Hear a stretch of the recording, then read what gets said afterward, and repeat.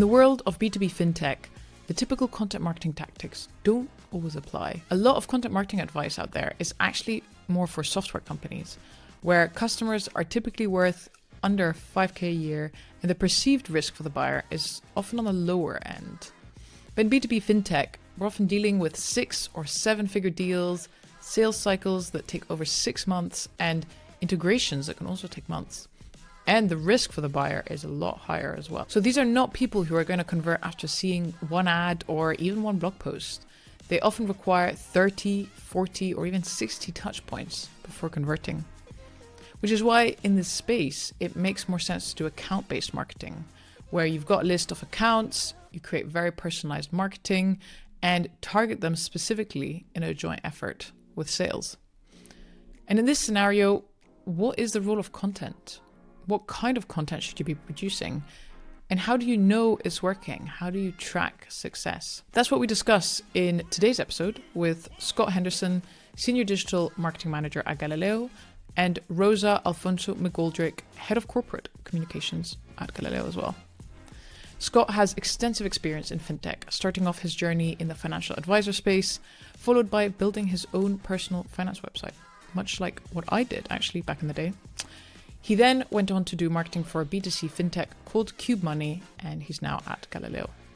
Rosa also has extensive experience more on the financial services side, having worked almost 20 years at American Express before moving over to SoFi, which then acquired Galileo. As for Galileo, they are a fintech that enables banks, brands, and other fintechs to build financial solutions through open APIs, issuing cards, and other financial products.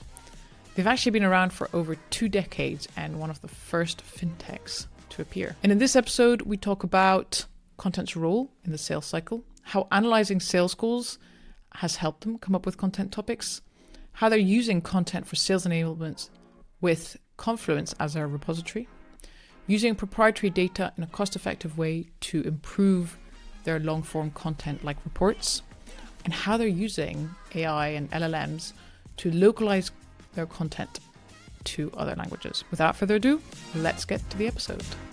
You're listening to the FinTech Marketing Lab podcast. I'm Araminta from Mint Studios, a content marketing agency specialized in the FinTech space. And this podcast is where we experiment, explore, and break down how FinTech marketing actually works in practice. Each episode, I talk with top FinTech marketers about what they're testing, what they're learning, and how they're pushing the boundaries of brand, strategy, and team building. With that, let's get into today's episode. Let's get started with just a round of introductions. If you could both introduce yourselves and say what it is that you do at Galileo, and we'll start with that. I'm Rosa McGoldrick. I've been with Galileo 3 years. I head our Galileo communications, so PR, media relations, exec visibility, and also content. So content marketing and media partnerships. Yep, and I'm Scott Henderson. I've been at Galileo for 3.5 years at this point, and I'm the Senior Manager of Digital Marketing. So that entails content, website, advertising, video distribution, all that kind of fun stuff. And I've been in the fintech industry for about almost 6 years now. Love the marketing field within fintech. I think it's a lot of fun. Nice, awesome. So yeah, content, you're both kind of involved in content. So clearly it plays quite a big role in Galileo's marketing strategy. So yeah, talk to me about that. Like, how do you see content? What is the role in your marketing? And then kind of what kind of content are you focused on creating? Sure. I mean, we feel like content is really critical to helping us both on awareness and sales pipeline. I think Scott would agree. For us, it's definitely not just a marketing asset. It's core to how we connect to modern B2B buyers, many of which we've learned are 70% through their journey before they even touch a salesperson or touch a possible supplier or vendor. So we really feel like content plays an early role in early stage decision making. So you got to really bring them in. And then that's how also we stand out from the competition. And what kind of content is that? Like, you know, we're in the B2B world here, payments, issue processing. Well, we have a very integrated approach, and I want Scott to chime in here too, but it's really for us around 6 areas. So it's like media relations, exec visibility, analyst relations, social media, content, our content marketing, all of it on our site, as well as, even the media partnerships where we are, where they are, right? Not necessarily on our site. So Scott, chime in here. Yeah, I totally agree. I think what we're trying to do is solve problems and provide solutions for our prospects and for our clients, right? And as many areas in different places we can share that content that helps address either specific questions or specific needs they're looking for. We try to help educate them as much as we can so that when they do get to a sales rep, they've been informed about a lot of the general basic information, and then they can help make a better decision as they work with sales on what exactly it is they're looking for. Some of our data finds that, and it's really something we're saying all the time to our executives too, that it takes a enterprise buyer 13 to 30 touch points and multiple stakeholders to really get to that point, right? So that they're committed to a sale. So yeah, 13 to 30 touch points is definitely true. How do you track that in any way? Like, I know I've been recently going down this rabbit hole and there's different tools that do different things, but it's hard sometimes when you're talking to leadership and you can just say that and they'll be like, yeah, whatever, show it to me, really, like prove it to me. How would you try and communicate that to leadership, that those number of touch points, and do you track it in any way if you can? Yeah, we do our best to track across different channels and different touch points as we can. We do have some tools that give us more like attribution information, and we can see what was the first touch point that somebody had when they first came in, what other pieces of content did they engage with down the funnel. And then we also have like number of different people within a company, right? So we look at it from an account perspective, like how many individuals within an account are engaging across the platform. And I can easily get up into 13 to 30 range as we're working a deal with all the content we've put out and the different channels that they engage with. Yeah, I think influencing our senior leaders is not that complicated because, and Scott, tell me if you agree with this, they see it real time. Like we're close to a prospect finalizing things and they have 6 more questions that you're answering. Even once, they're in the throes of sales, it's an extended process and it's group buying, right? It's not one influencer, it's multiple stakeholders that you have to influence. So I think that's not at least on our side, that's not such a tough conversation because the sales team and everyone around them, our senior leaders, see it too, that it's not a quick close when it comes to enterprise. Mm-hmm. And so in terms of tools, are you using a tool like Dream Data or is it just Salesforce? How are you able to track and see kind of what maybe the pieces of content are that people are reading? Yeah. So the different things we use is Salesforce is our primary source of truth. So we've got a lot of data flowing into that, but we also use Marketo as our CRM, and then a tool called Visible that helps with touchpoint attribution. And so between those 3, we can get a pretty good picture of how people are engaging with our content. Yeah, amazing. But how do you spell that? Visible? Visible, Bizible. Okay, now that's a new one that I haven't heard of. Want to check out. Okay, so yeah, you create a lot of different types of content, and one of the main goals is, increase those touch points, ensure that there's lots of content for your target audience to read and to consume. How do you put together the strategy behind that in terms of what topics to focus on? What do you do, a report or a blog? Like, how do you kind of look at the overarching strategy that you're putting together and like deciding on that? I jump in and say, look, our objective is that the content has to be helpful, discoverable, trustworthy. We're trying to be visible in all the places they are, include, of course, in our website, be a useful resource, credible and top of mind, right? So that's a lot of goals there. But I think one thing that's core is that we really focus on use cases and we really are about the buyer needs and business goals. So let me give you an example. In banking, core modernization, right? That's like a topic that is very common, especially for the larger banks, of how they modernize their back end to be faster, digital first for their customers. Something we're working on right now is how does a CTO sell in core modernization to their organization. Those are the types of things that are really going to be a differentiator because it makes them think along the lines, we're solving their needs because they're the ones that have to sell in this multi-year, multi-million dollar technology buy. So that's not easy. Yeah, and just to add to that, the way you can kind of think of Rosa and I is she's helping manage the relationship with our PR firm where they're really digging in to understand like what is our content strategy for the year. They're talking with leadership. They're helping inform what the content strategy is going to be. Whereas for me, I kind of look at it and help support that by looking for trends or keywords that people are searching for that we might be able to help. And so I'll help inform the strategy a little bit in terms of, hey, Rosa, I think we see an opportunity here to rank for a keyword or drive organic traffic, in this way.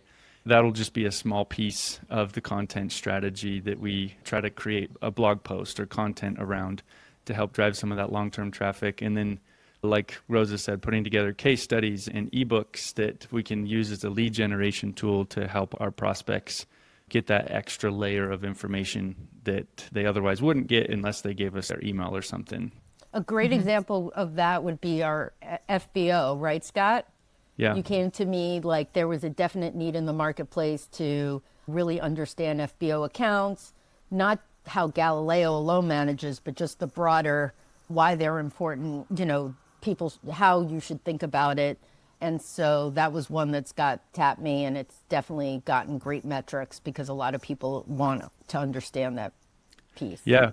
And that was a fun piece of content. That was at a time where, you may be familiar with this, when Synapse started to go under and people were wondering like, well, how did their business model operate between the sponsor bank?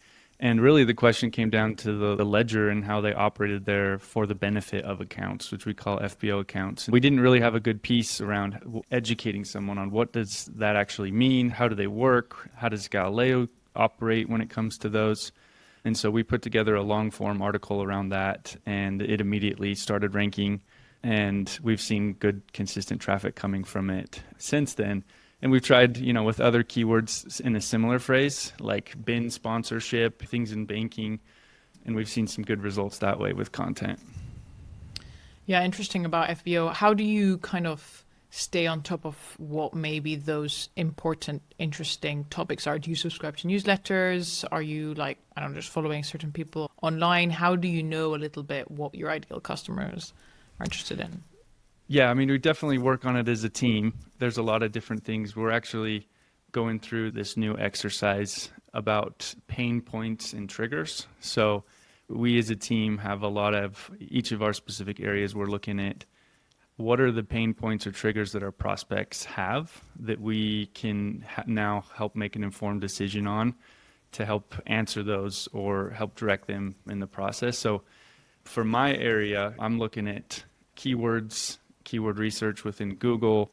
We've even gone as far as analyzing some of our sales calls to see what prospects are actually saying when they come and meet with sales. So they might say something that we've never thought of before. And so it's hard for us to get outside of our box and think like, actually, no, they want the same thing.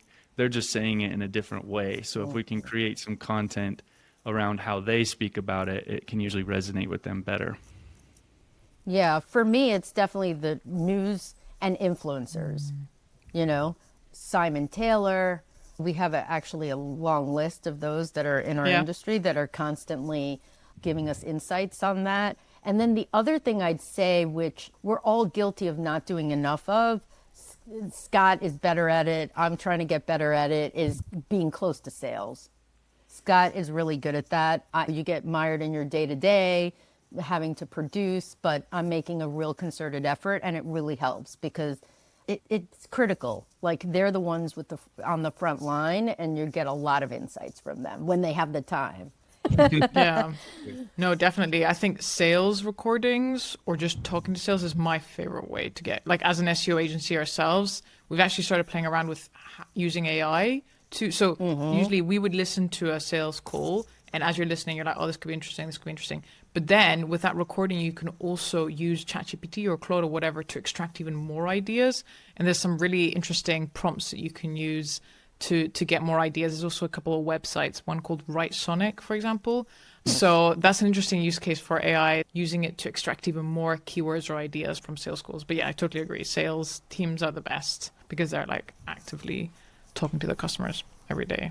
Right. And Scott, talk about LLMs and how all our content is in LLM optimized. Tell me about that. I'm very curious. Yeah, so we've been obviously keeping a close eye on what's happening in AI as well, and we would use either our sales platform is Gong. I don't know if you've heard of that before, but we also will use different tools like either Gemini or ChatGPT to help analyze some of those sales calls and also help inform our strategy. But what we noticed in the 2 years that we've been tracking this is in 2024, we basically saw no traffic as LLMs as the source. And we started to see it a little bit in 2024. So we actually created a dashboard within our marketing dashboard that shows us, ChatGPT, Perplexity, Gemini, Llama. So these different LLMs, it's like way higher than it was last year. We're now really starting to see not only people probably get the majority of their questions answered within the chatbot itself, but are actually still clicking through some of the links to come to our website. And so we're able to see that source. So our organic search in Google has not been impacted. I think a lot of people predicted like, hey, in 2025 and 2026, 25% of your organic traffic is going to get a hit. We haven't seen that yet, but we're just seeing an increase in traffic from LLMs. And so what we're trying to do is figure out how to optimize our content, not just for Google and SEO, but more broadly for LLMs in general, and make it as useful as we can for the LLMs to pick it up and help answer questions around how we want them to think about our products and solutions. Yeah, that's an entire topic in itself and something that I'm also going deep into.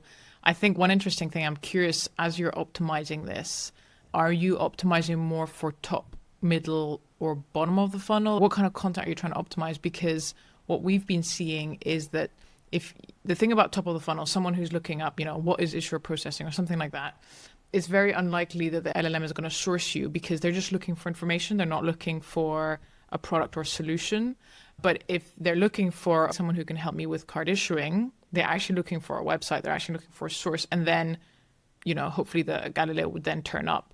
And so what we're seeing is actually, we've always been focused on bottom of the funnel content, but now it's now more important than ever, because if you want to appear when someone's looking for a specific solution, then you need to optimize, you need to create that kind of content. So I wonder if you've been experimenting with that, and have you played around with optimizing both bottom and top, or what have you seen? Yeah, we've definitely seen, I think it's easier for us to kind of optimize for top of funnel and try to answer some of those basic questions. It feels like it's more of uncovering a lot more as we get more down towards the bottom of the funnel. But we also we're doing some things actually right now to answer this specific question of like, what is top of funnel, middle, and bottom of the funnel? And we're definitely going to try to lean in more towards the bottom of the funnel, which we can always improve. Yeah, well, really interesting. So let's go back to your sales team. I think one of the challenges that we often see when it comes to content is how can we encourage the whole team to use it? And you mentioned that you're trying to get as close as you can to the sales team, and multiple touch points. Your leadership is seeing that it takes multiple emails and all of that to close a deal. Where does content play in all that? How does your sales team use it? How do they use it? How have you found they prefer it, in the sense that how do you encourage them to use it as much as possible? What have you found has worked there? Well, one thing I'll chime in on is that besides, of course, all our content is on our website, but we also, for sales alone, have like a sales library and organized differently so they can really see banking versus IVAs and our Connecta product and like kind of different areas. And then Scott, you want to talk about Confluence, where we have some other more deep dives, right, of our offerings and product offering. So that's one differentiator, I would say. Rosa brought up her sales library, and it's honestly an incredible document. I don't know how many times we get compliments from people that are like, wow, how did you guys put all of this content together? So Rosa does a really good job of keeping everything in one place that's easily accessible based on topic for all of our sales folks. I think that's been super useful. And then we also have an internal tool called Confluence, where it's for our team to get up to speed on how a specific product or solution works and as many questions and answers as we can around it, so that they kind of feel armed and ready to go for sales calls and product calls. So it's not like every sales rep is on top of using all of our content. Obviously, we have to help them see what something can be used for and try to make it as easy for them to use it, whether that's putting an email together for them so they can send it out to a prospect.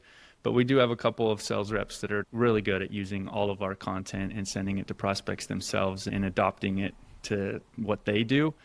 But it's definitely something that we're also working on as well, is how do we get as much of our content to be in the hands of sales.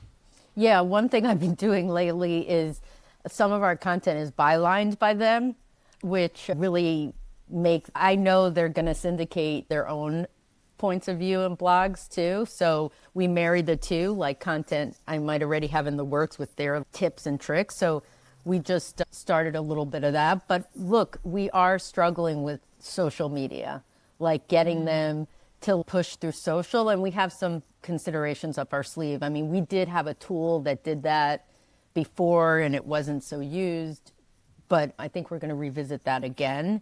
And I think it really comes from leadership. You know, our CRO is really making sure they're using Salesforce the right way. And we only use Salesforce and the reports on Salesforce. We're not like creating other documents. That's a complete waste of their time. And I know Gong is going to allow us to do a lot of different go-to-market campaigns for them. That's going to make it a lot easier and turnkey. So some of the content will be there. And we'll be pushing those out as well, and that's helpful. So, but we're still, you know, we still have our areas where we're pushing through and learning and iterating. That's the thing about content. I think it's always about iteration. You've got to continue to push and evolve and see what works and try new things. So that's why I'm so proud of the work Scott has done on LLMs, because I feel like we're ahead of other companies on that. Yeah, definitely. It's crazy how just making content easy to access can change things. There's a tool, if anyone listening needs one, that's called FlockJ. And its only role is to just you upload the content, and it makes it very easy for salespeople to send it. And also you can have checklists and stuff, and people can say, okay, I read this, I read that part. And actually, I was looking for a tool that someone else on our podcast, Will from Comply Advantage, it's called Octopost, and it does a little bit what you just mentioned. Have you heard of it? Oh, okay. Yes. Because I was just wondering, that kind of it uses AI to create social media posts. Is that the one that you have tried already? That's the one we used. Like anything, it's a behavior, right? That you have to really instill in sales. And I think we're going to go back to evaluating that tool. But, you know, there's something to be said too. While so many different tools are great and productive, you've got to be careful you don't over index on the tools for sale. It's too much, you know?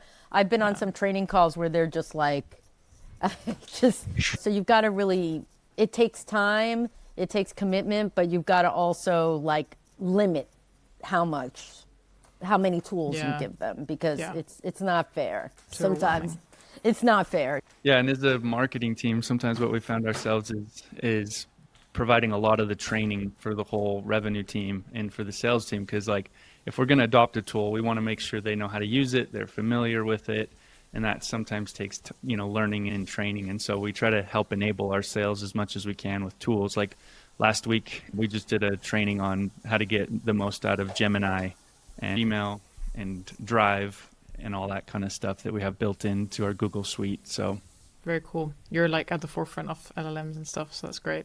I actually wanted to talk to you about reports and ebooks. So the people you're targeting fintechs mostly, is that right? Or what are the kind of entities that you're targeting? Well, definitely large financial institutions, right? Yeah. So the top banks in the US, top banks across Latin America.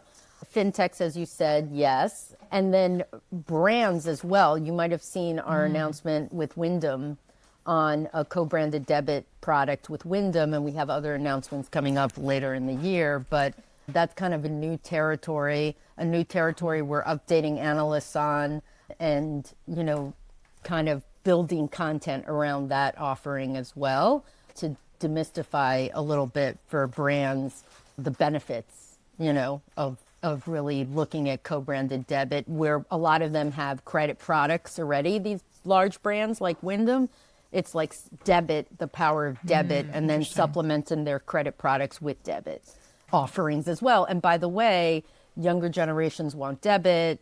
They don't want to revolve. Also, there's a whole, if you look at hotels or other travel entities, they basically use debit for purchase, but then their rewards offerings don't include debit. So that's what we want to tap into. So yeah, I was going to ask about like ebooks and reports. What have you found resonates with your audience, fintechs versus FIs, for example? Do you find that the big banks are really keen on reports, whereas the fintechs aren't so much, that kind of thing? And also, have you been trying out LLMs or AI to help with those reports? And have you had any success there? Yeah, I feel like the reports, one of the ones we did last year, you're closer to this than I am, Rosa, but the one we did on Datos, where we did our own proprietary survey where we answer our own questions to a lot of financial institutions and consumer banking. I feel like that's been one of our best performing ebooks that really helps answer a lot of questions for our financial institution segment. But definitely, I feel like since we've been so well established and well known in the industry for so long around fintech, that a lot of our fintech ebooks in the past have done pretty well. And then, like Rosa mentioned, we've been moving into a new segment the past year or two on these large, publicly traded companies that want to offer some sort of embedded finance feature, whether that's like a co-brand debit card or, buy now, pay later, or, increase their fraud detection. We've got solutions to help offer that. We have our campaigns that we put together as a team, and it's usually, if we do an ebook, it's geared towards a segment and a specific solution that we're trying to offer. And then to answer your question around LLMs and how we do that, yes, I think you always have to have humans in the loop when you put together stuff like this. I think we take that very serious. We are ultimately responsible, right, for everything that we put together. We use LLMs as more of like an efficiency tool to help us strategize and think through different maybe things we wouldn't have put in an ebook or a piece of content, and not just like use it to do all the work for us. Yeah. When you have a gated piece of content, an ebook that's gated, LLMs can't really track that gated piece, right? So it's about the short form blog and the landing page that you have to really more optimize. But we've had really great traction with our ebooks, but Scott's right. Data is just a differentiator, right? It's not just any data. I mean, in this case, it was, consumer behaviors. So it really did play well, and it was extremely cost effective. You know what I mean? People have asked, and it's extremely cost effective when you sometimes work with Datos or some of these analyst firms that have great packages for like just adding 7 questions or 10 questions to their already planned survey. It could be very cost effective as long as you have a good team that can really draw those insights out and really bring them to market. So we have a good team that really does that with us. Our PR agency of record, the Fletcher Group, amazing. Of course, all of us on the marketing side. We're a small but mighty team. Yeah, and one of the things we do to optimize some of these ebooks in case studies is we actually operate in multiple geographies. So we're in most, Latin America countries, and our primary countries, Mexico, Colombia, Brazil, Argentina. And so we have to also make sure our content is not only translated, but localized as much as we can. LLMs will definitely help us with the translation process of taking the ebook, the landing page, the actual blog post, and helping us translate it and optimize it and localize it so that it's specific for those regions. And so that's definitely over the years. When I first joined Galileo, like that wasn't even a thing. Like we had to literally a human had to translate everything we do, but we've gotten our LLMs really optimized to like speak in our voice when we translate for the different content for the different regions. Yeah, in fact, Scott's being shy, but he did our entire website in Portuguese. And we had our agency that's based in Brazil actually evaluate it, and he got very good marks from Cool. translating it to Portuguese. And it was, some nuances, but it was really well done. So it's amazing the efficiencies you can Yeah. get from Definitely.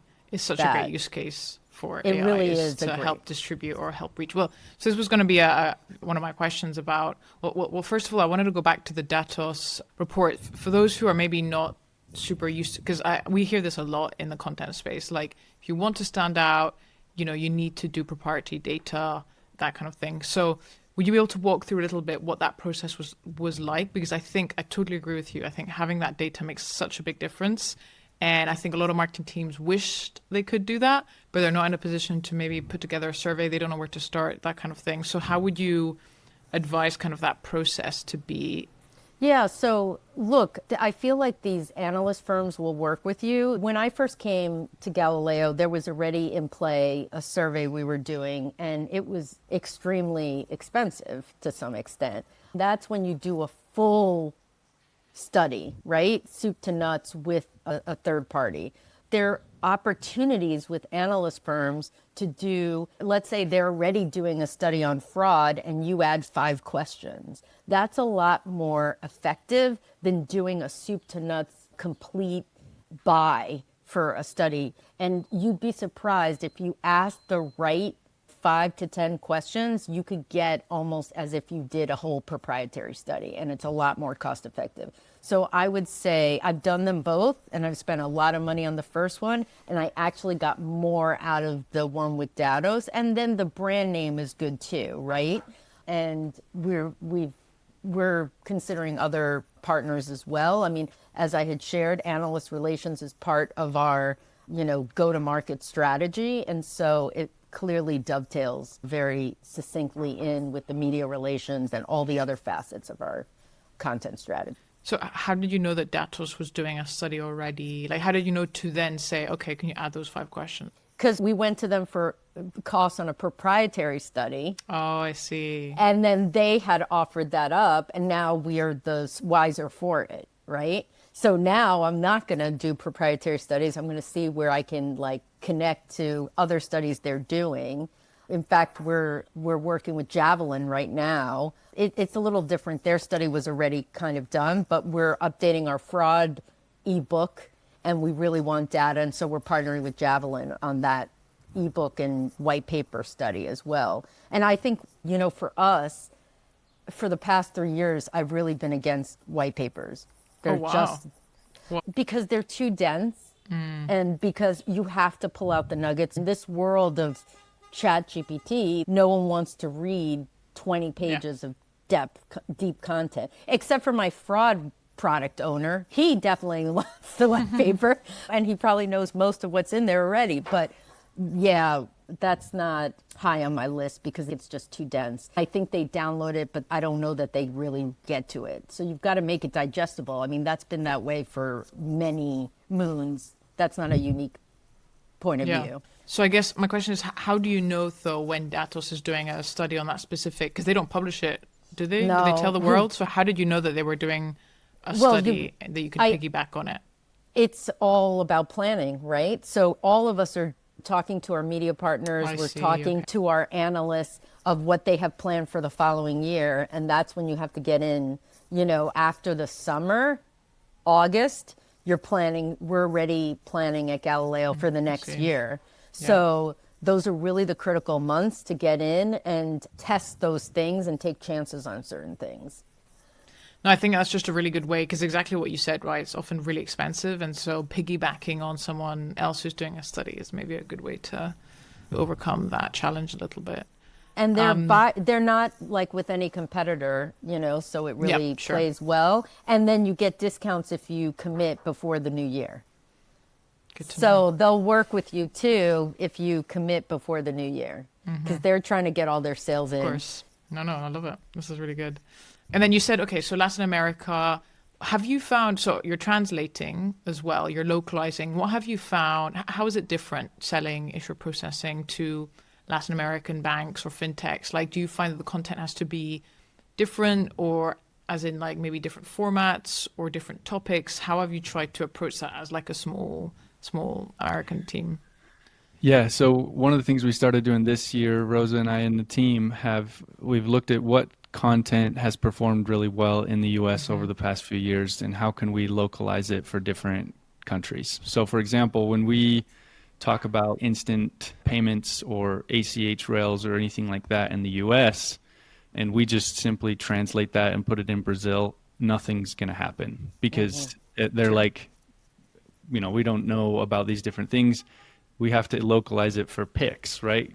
Pix system has been around for, over a decade in Brazil, and they've got that really, really well optimized for everyone that lives in that country. So like we could take a similar article that has performed well, but we have to localize it for whatever system or regulations or different things that they have within that country. And so we've been doing that this year where I don't know how many pieces of content, Rosa, we've done, but like at least 10 pieces where we've taken it and we've made it specific to Latin American countries and we've localized it. Argentina, Mexico. Yep. And how have you found it? Has it performed quite well, or are you still in the middle of it? Yeah, we're still in the middle of it. I think it's still a little early to tell. I think we're putting a lot of content out there right now. Like the past couple of weeks, it feels like we've had a new piece of content coming out every day, which is awesome. But I think sometimes we usually look at it on a quarterly basis. We'll look back and say, okay, what content is actually performing well? And then we look at things on a rolling 2-year basis as well. We'll look at anything older than 2 years and see, does this make sense to still either try to optimize it, redo it, make it better, or just delete it, turn it off? Does it not had enough traffic for us to worry about? We're constantly looking at ways to improve and optimize. And with what we've done with localization this year, I think it's still a little too early to tell, but we're getting a lot of information out. Nice. And taking those premium ebooks as well, not Dados because that's US data, but other ones and really localizing it as well. The other thing, which I'll mention, which we're testing into is, and to some people, they might be surprised, we haven't been including our third-party PR news on our site. We just haven't been doing that. And that's new territory we're testing into and seeing, because that's something that's often missed is that third-party credibility. And we have some great stories out there, but we're not necessarily putting them on our website. And you could do that without copyright issues, right? By clicking through. A lot of companies do that, and we just haven't in the past. But that's a new territory we're going to look into to see, because, we're driving a lot through our website. So we've, once we got them there, we want to make sure they see the complete offerings, thought leadership and news, not mentions, but real articles that are a little bit more in depth that really promote Galileo offerings, etc. So, Yeah. Yes. One last topic that I wanted to talk about is you've mentioned a few times optimizing for Google and doing keyword research. It sounds like SEO is quite a big channel, or Google is quite a big channel for your traffic. That's interesting considering it's very B2B and you're targeting banks and all of that. So I'm curious if you could tell me a bit more, how have you approached SEO and content for Galileo, and also any results that you can share or anything that you can share in terms of what you've seen has worked quite well in this space? Yeah, so I actually love Google Search Console. I know that sounds maybe weird, but I actually log into it every day and love seeing how our content is performing. So some of the things we look at to see if it's performing well is, impressions first and foremost, how many times has it shown up in a search query? Then second is clicks, right? So how many times what's the clicks, which lead through the click-through rate. And then we also look at our position in Google. So we also have that built into our marketing dashboard where we can see which pages and keywords we're performing well for. But me personally, I've been using Google Search Console for years. I hope that they don't change anything like they did with Google Analytics, and they just keep it the way it is, because it's a really useful tool for us to see. One of my favorite things is to see us moving up in the ranks for something specific. And so if we see hey, there's a piece of content that's showing some promise, we might actually look at using AI to help us identify maybe 10 to 20 other keywords that we could place within that specific piece of content so that we could boost our rankings in Google. And so that's been fun. And there's been a number of blog posts we've done that with for Google specifically. And this is just my belief. I don't know if I'll be true, but I do think that in the end, Google wins out. I think a lot of people are using ChatGPT right now, and it's been really useful, but I think SEO will just continue to evolve. I think Gemini is going to be a bigger piece of what we do as consumers and buyers, and even in the B2B space. I think that it's just going to continue to evolve, and we have to evolve with it. Yeah, definitely. And to be honest, if you're doing SEO really well, you're going to appear in LLMs as well. They're still very intertwined. To appear on LLMs, the LLM needs to scrape content.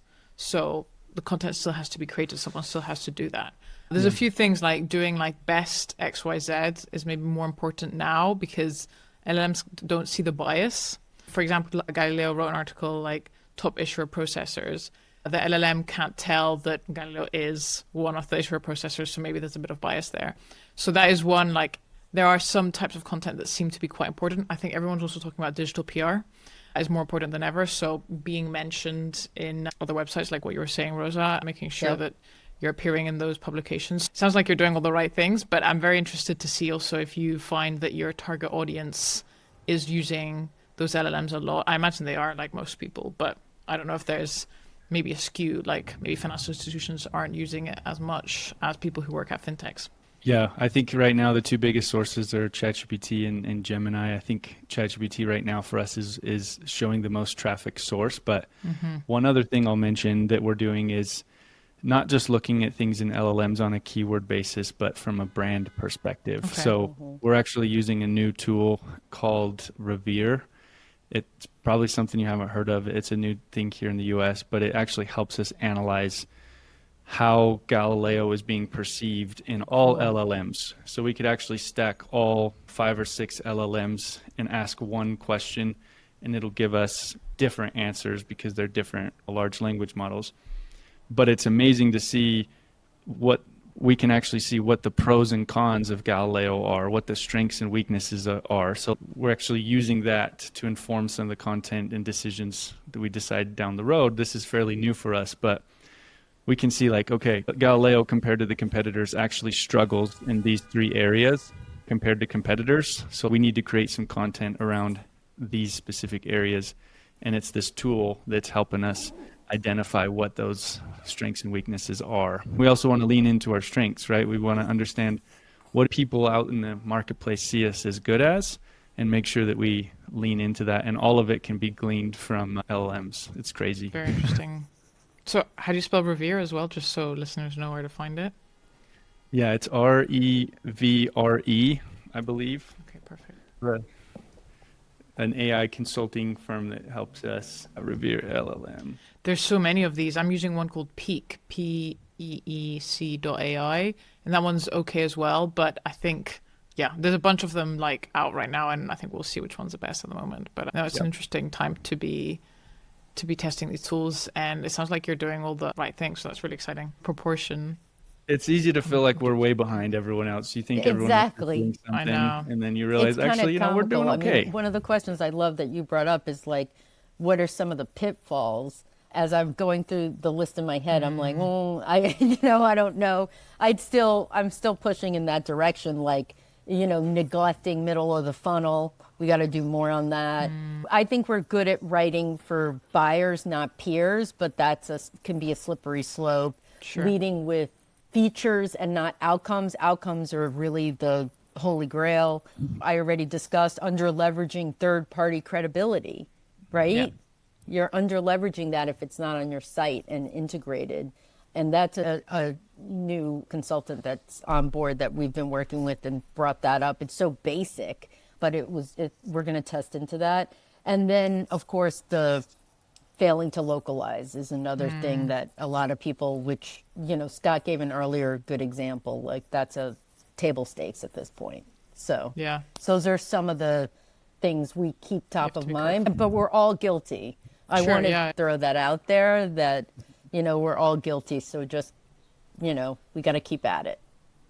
Well, I mean, from the companies that I talk to, it seems like you're at the forefront of this, so you're not at the back. Because I think a lot of people are still just playing around with ChatGPT, which is fine as well. But I think the key is really figuring out how to appear more on LLMs or how to use it to do what you said, localize, those kind of things. So kudos for that. Yeah, I think I want to just reiterate what Scott said, because it's really our philosophy at Galileo. A human has to be in the loop. Sure. That's so complex and technical and the stakes are high, right? Anything fintech, I think, financial services, there has to be a human to double check things. Absolutely. Cool. Amazing. Well, this has been super interesting. Thank you both. Let's end on my final question, which is, what is one piece, it could be multiple actually, of content that you're proud of at Galileo? Hard to pick one. Scott. I'll share one. If you do a Google search for open APIs in banking, the reason I say that one is because when I first joined Galileo, I knew the importance of long form content that ranks well. And I actually wrote the whole thing myself. And I got feedback from sales and from product and legal and compliance. It was a massive lift for me in one of my first projects, and it's performed well and it's been around. But I look back on that and I'm like, man, I couldn't imagine today spending the amount of time I did on that specific piece of content, because we're just able to do things a lot more efficient. So probably not the most efficient piece of content I've ever worked on, but one that I'm proud of because it was one of the first projects I did when I was here. I love that one, Scott. And yes, I remember that. I think for me, I'm going to bring up Card Launch 101 with Tearsheet, with actually a media partner. They're extremely respected in the industry. It's got video content. It's really about optimizing for embedded payments and really thinking about the card issuing side. And it performs so well. And when I got here, it's also a funny story, Scott. When I got here, it was, oh, Rosa, you're going to work on this piece. And it was new to me. You know, I had spent 19 years at American Express doing communications, PR, media relations, no content.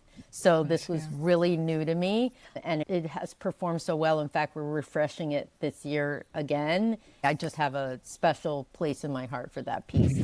So shout out to Tearsheet, who's a great partner for us too.